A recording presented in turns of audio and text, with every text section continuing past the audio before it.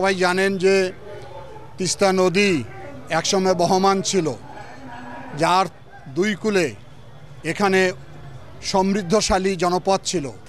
সেটি পার্শ্ববর্তী দেশের একতরফা পানি প্রত্যাহার করে নেওয়ার কারণে এখন তিস্তা শুধু ধুধু বালুচর।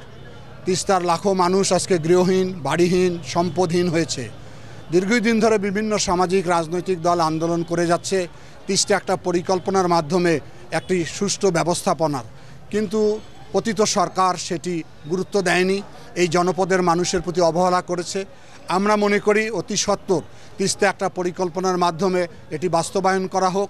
এবং আমরা এটাও শুনেছি যে আমাদের বন্ধু প্রতিম রাষ্ট্র চীন এটি পরীক্ষা নিরীক্ষা করেছে, তারা একটা ডিজাইনও ড্র করেছে। সেখানে ছিল যে স্যাটেলাইট শহর হবে, হাউজিং হবে, অর্থনৈতিক জোন হবে, পর্যটন নগরী হিসাবে গড়ে তোলা হবে। আমরা সেই দাবি করতেছি যে একটা পরিকল্পনার মাধ্যমে এই হারিয়ে যাওয়া জনপদ, ধ্বংসস্তূপ জনপদকে ফিরিয়ে আনা হোক, এটি আমাদের দাবি। সেই জন্য আমরা রংপুরবাসীকে জাগো বাহে তিস্তা বাঁচাই আন্দোলনের ডাক দিচ্ছি। আমাদের 48 ঘন্টা লাগাতার 17 এবং 18 ফেব্রুয়ারি দিন এবং রাত্রি এই নীলফামারী, লালমনিরহাট, রংপুর, গাইবান্ধা এবং কুড়িগ্রামের জনপদের লাখো লাখো মানুষ তিস্তার চরে অবস্থান নেবে।